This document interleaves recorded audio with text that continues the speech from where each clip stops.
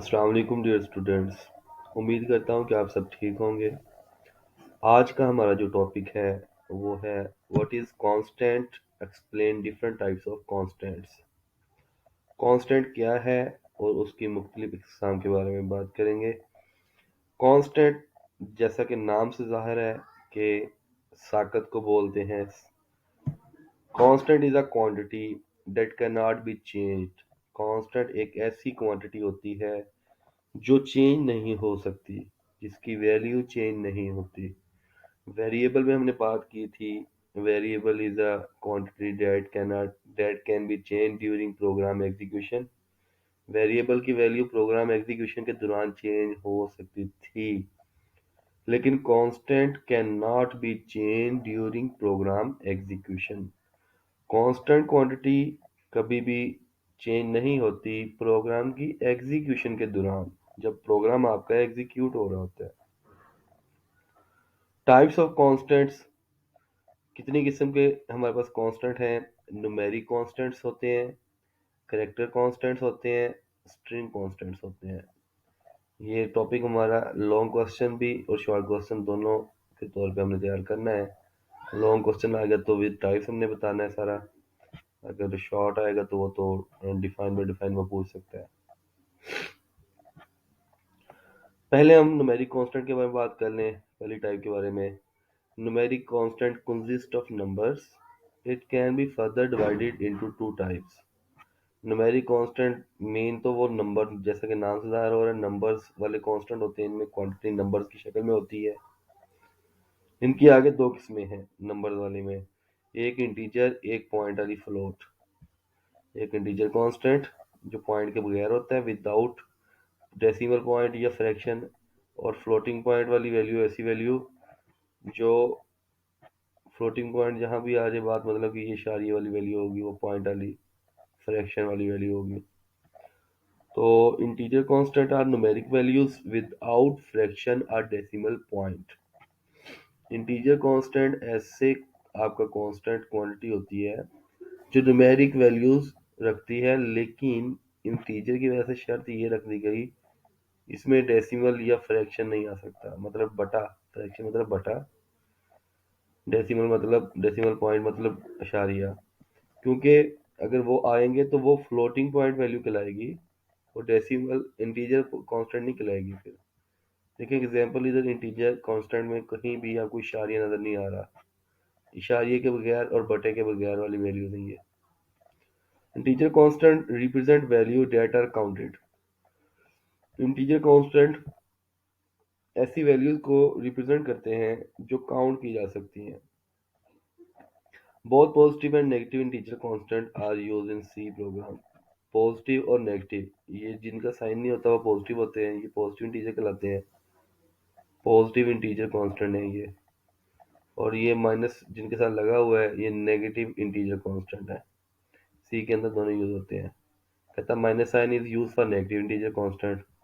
ये वाला जो माइनस साइन है इसे हम नेगेटिव इंटीजर कांस्टेंट बोलेंगे। ये भी जिसके साथ नहीं sign, if no sign is use the value is positive by default. अगर कोई साइन नहीं है इन दोनों के पास 87 और 45 पे, तो ये पॉजिटिव वैल्यू कहलाएगी बाय डिफ़ॉल्ट, जैसे मैथ में बात करते हैं। तो ये सारे करना है आपने, ये डिफाइन जो है मैं नोट्स दूंगा या फिर आपने नोट्स के मुताबिक कर लेना है, अगर जो ज़रा याद नहीं कर सकता बच्चा। बहरहाल ये डिफाइन विद एग्जांपल आपको करनी होगी याद, आसान सी है बिल्कुल। फ्लोटिंग पॉइंट कांस्टेंट्स क्या हैं? Floating point constants are numeric value with fraction और डेसिमल पॉइंट। अब क्या आया? फ्रैक्शन आ गया बीच में। हैं दोनों न्यूमेरिक कांस्टेंट ही, बस ये फ्रैक्शन के बगैर है और डेसिमल पॉइंट के, ये फ्रैक्शन के साथ है या डेसिमल पॉइंट के साथ है। फ्रैक्शन में बोलते हैं बटे को, मतलब मतलब बटे वाली वैल्यू को अगर हम डिवाइड करें तो फिर बाद में जो जवाब आता है, आंसर हमें इशारे में ही आता है, डेसिमल पॉइंट में ही आता है। तो इसलिए हम कह रहे हैं कि अगर फ्रैक्शन में हो या डेसिमल पॉइंट में हो, बात सेम होगी, फ्लोटिंग पॉइंट वाली होगी। Floating point constant Our numeric value with fraction or decimal point. Floating point constant represent value that are measured. ये काउंटेड होती है एमसीक्यूज आपका इंटीजर कांस्टेंट की वैल्यू को काउंट कर सकते हैं। इस वैल्यू को अगर फ्लोटिंग पॉइंट वैल्यू होती है इससे हम मेजर करते होते हैं। Both positive and negative floating point constant are used in C program. वही वाली बात ऊपर वाली सेम बात इसने नीचे की है, आगे सारी बात वही है। Minus sign is use for negative floating point constant. अगर कोई साइन नहीं होगा तो वो पॉजिटिव होगा बाय डिफॉल्ट, और आपके सामने एग्जांपल्स आपको नजर आ रही हैं। ये थे न्यूमेरिक न्यूमेरिक कांस्टेंट और कैरेक्टर कांस्टेंट। आगे हमारे पास एक रह गया है, सॉरी, न्यूमेरिक कांस्टेंट की दो टाइप्स। अब आगे हम पढ़ेंगे कैरेक्टर कांस्टेंट और स्ट्रिंग कांस्टेंट। कैरेक्टर कांस्टेंट क्या है और स्ट्रिंग कांस्टेंट क्या है, हम इसके बारे में बात करेंगे। हमारे पास जो कैरेक्टर कांस्टेंट है बड़ा सिंपल सा है। अगर हमने कोई कैरेक्टर को स्टोर करवाना है, जैसे ये आपके सामने एग्जांपल है, अगर एक कैरेक्टर स्टोर करवाना है सिंगल कैरेक्टर, देन वो कैरेक्टर कांस्टेंट कहलाएगा। अगर एक से ज्यादा कैरेक्टर्स आपने स्टोर करवाने हैं तो वो स्ट्रिंग कांस्टेंट कहलाएगा, वो कैरेक्टर कांस्टेंट नहीं कहलाएगा। ये बात पे गौर कीजिएगा। अगर तो आपने वैल्यू सिर्फ वन कैरेक्टर की स्टोर करवानी है, वो कोई भी हो सकती है। देखें, इसमें आप सिंगल कोड के अंदर आप कोई भी वैल्यू एक स्टोर करवा दें, कोई भी कीबोर्ड से की प्रेस कर दें, इसके लिए वो एक कैरेक्टर होगा, क्योंकि सिंगल कोड में हमेशा कैरेक्टर कांस्टेंट आता है। ये आपको जो इशारिया नजर आ रहा है ना, सिंगल कोड में हमेशा, ये देखिए इशारिया, सॉरी इशारिया कह रहा हूँ, सॉरी, ये सिंगल कोड में हमेशा करेक्टर की ही वैल्यू स्टोर होती है। चाहे फिर अब आप डिजिट स्टोर करवा लें, चाहे आप स्पेशल सिंबल स्टोर करवा लें, चाहे आप अल्फाबेट स्टोर करवा लें। और अगर बात करें स्ट्रिंग कांस्टेंट की, तो इसमें एक से ज्यादा करेक्टर स्टोर जब भी करवाने हो, दो करवाएं, तीन करवाएं, पांच करवाएं, चाहे पूरा एड्रेस लिखें अपने ऐसे, उसे स्ट्रिंग बोलते हैं। आपका नाम हमेशा स्ट्रिंग कांस्टेंट में स्टोर होगा, कभी भी आपका नाम करेक्टर कांस्टेंट में आप स्टोर नहीं करवा सकते, बिकॉज करेक्टर कांस्टेंट को सिर्फ वन करेक्टर इजाजत है स्टोर करने की। अगर आपको पता है कि आपकी वैल्यू एक से ज्यादा करेक्टर्स पर मुश्तमिल है, तो आप डेफिनेटली स्ट्रिंग कांस्टेंट, मतलब आप डबल कोट्स के अंदर वैल्यू लिखवाएंगे। डबल कोट से उसे पता लग जाएगा कि मुझे अब ये स्ट्रिंग की वैल्यू देने वाला है, एक से ज्यादा करेक्टर्स की वैल्यू देने वाला है। अगर आपको एक करेक्टर की वैल्यू स्टोर करवानी है तो आप सिंगल कोट के अंदर स्टोर करवाएंगे।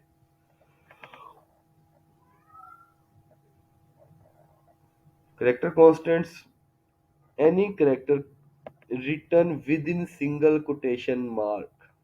कोई भी करेक्टर अगर आप सिंगल कोटेशन मार्क के अंदर लिखते हैं, उसे हम करेक्टर कांस्टेंट बोलते हैं। ऑल अल्फाबेटिक करेक्टर्स, डिजिट्स जिसे हम 0 से 9 तक काउंट करते हैं, alphabetic characters A to G, upper case lower case दोनों, डिजिट्स 0 से 9 तक डिजिट होते हैं।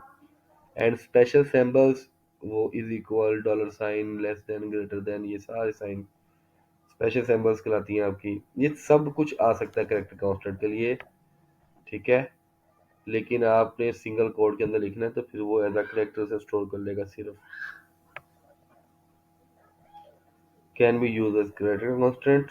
The maximum length of character constant is one character.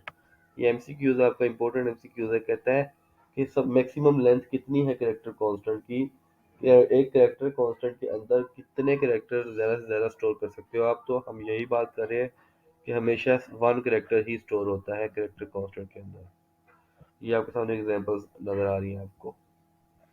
अगर बात करें हम स्ट्रिंग कांस्टेंट की, a collection of characters written in double quotation mark. अब उसने कलेक्शन ऑफ कैरेक्टर्स बोला है, वहां उसने कहा था single, any character written with in single character, इधर एक कैरेक्टर की बात हो रही थी, एस नहीं है। तो collection of characters written in double quotation mark is called string और स्ट्रिंग कांस्टेंट। जब डबल कोटेशन मार्क के अंदर, डबल डबल कोमा के अंदर आपके कैरेक्टर्स आएंगे एक से ज़्यादा, तो उसे हम स्ट्रिंग बोलेंगे। It may consist of any alphabetic character, digits and special symbols.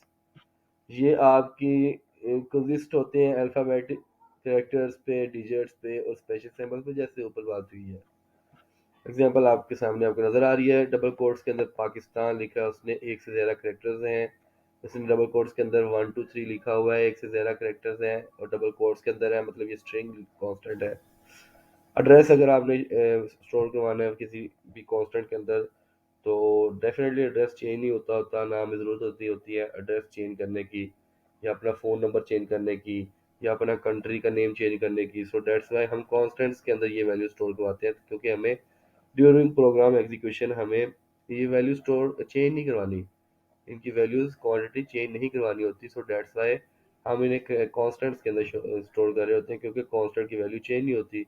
अगर ऐसी वैल्यू जो हमें पता है कि हमने वो after the during execution change करवानी है, तो वो हम वेरिएबल्स के अंदर रखते होते हैं।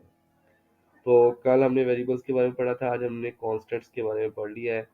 तो उम्मीद करता हूँ कि आपको समझ आई होगी, बड़ा इजी सा टॉपिक था। तो मिलते हैं इंशाल्लाह ताला नेक्स्ट टॉपिक के अंदर। तब तक के लिए इजाज़त दें, अल्लाह हाफिज़।